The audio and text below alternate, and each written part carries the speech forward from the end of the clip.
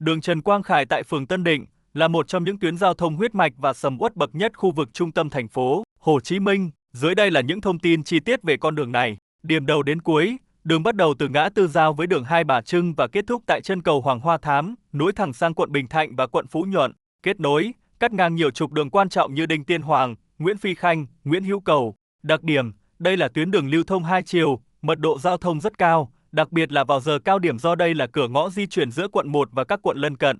Trần Quang Khải được mệnh danh là thiên đường của nhiều loại hình dịch vụ, công nghệ và điện tử, nổi tiếng là nơi tập trung rất nhiều cửa hàng mua bán, sửa chữa điện thoại di động, laptop và linh kiện điện tử lâu đời. Ẩm thực, khu vực này cực kỳ đa dạng với các quán ăn từ bình dân đến nhà hàng, gần sát khu vực chợ Tân Định.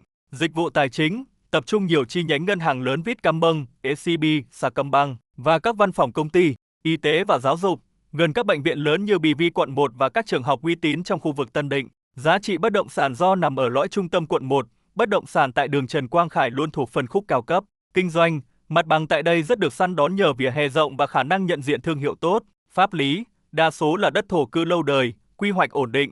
Lưu ý cho người đi đường khu vực chợ Tân Định, đoạn gần ngã tư Hai Bà Trưng thường xuyên đông đúc vào buổi sáng và chiều tối do hoạt động giao thương của chợ. Hướng di chuyển, nếu bạn muốn đi về hướng Phan Xích Long Phú Nhuận, đi hết đường Trần Quang Khải và băng qua cầu Hoàng Hoa Thám là lộ trình nhanh nhất.